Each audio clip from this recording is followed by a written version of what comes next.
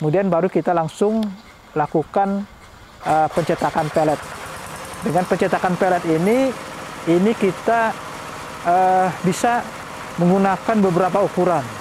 Bisa ukuran yang 1 mili, 2 mili, 3 mili, tergantung daripada kebutuhan dan bukaan mulut daripada ikan yang akan kita berikan pakan mandiri tersebut.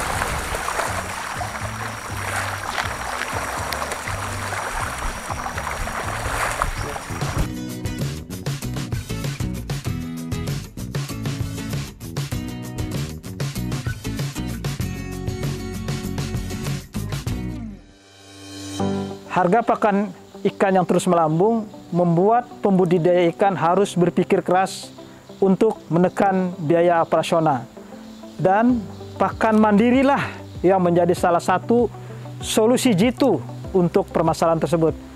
Kali ini saya akan mengajak sobat pembudidaya untuk membuat pakan ikan mandiri dengan memanfaatkan mesin pakan sederhana, tentunya dengan bahan baku yang mudah didapatkan, serta tidak kalah berkualitas dengan pakan pabrikan.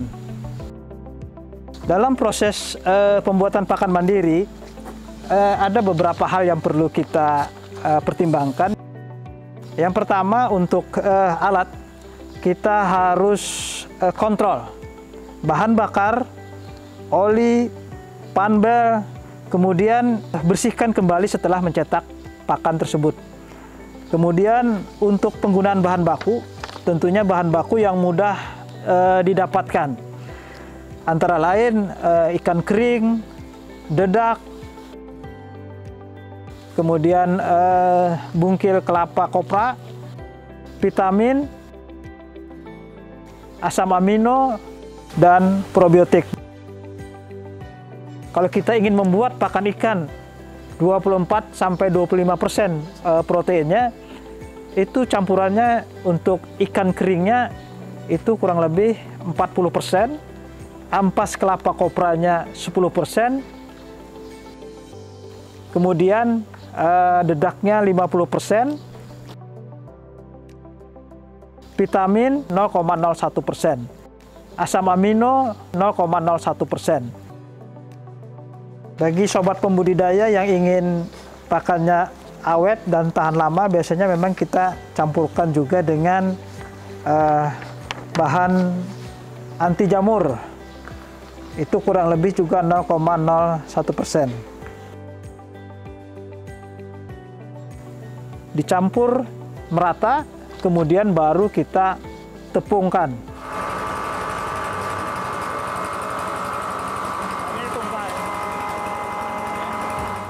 Fungsi dari mesin penumpuk ini juga berfungsi sebagai mixer, supaya campurannya lebih homogen, sehingga pada saat pencetakan nutrisinya tercampur merata. Ini diharapkan semua bahan-bahan baku tersebut halus dan lembut, itu lebih mudah dicerna oleh ikan. Setelah bahan baku ditepung, kita masukkan ke wadah cukup halus.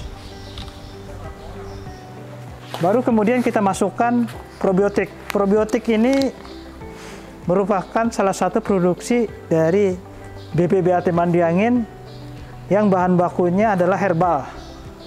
Sehingga dengan adanya probiotik ini diharapkan dapat menambah kecernaan daripada ikan, kemudian juga untuk menambah daya tahan tubuh. Dicampurkan kurang lebih 1% dari jumlah pakan yang akan kita cetak, kemudian kita aduk secara merata. Kemudian baru kita langsung lakukan pencetakan pelet. Dengan pencetakan pelet ini kita bisa menggunakan beberapa ukuran. Bisa ukuran yang 1 mili, 2 mili, 3 mili, tergantung daripada kebutuhan dan bukaan mulut daripada ikan yang akan kita berikan pakan mandiri tersebut.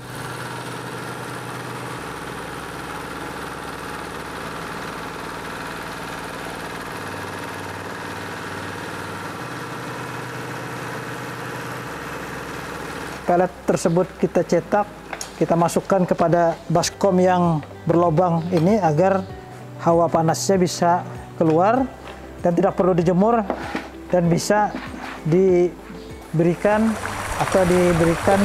pakan kepada ikan peliharaan kita.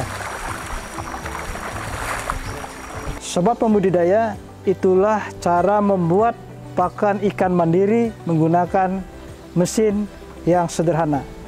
Sobat bisa mencoba membuat dengan memanfaatkan bahan baku yang tersedia di wilayah sobat pembudidaya. Kita bisa karena terbiasa dan pasti bisa.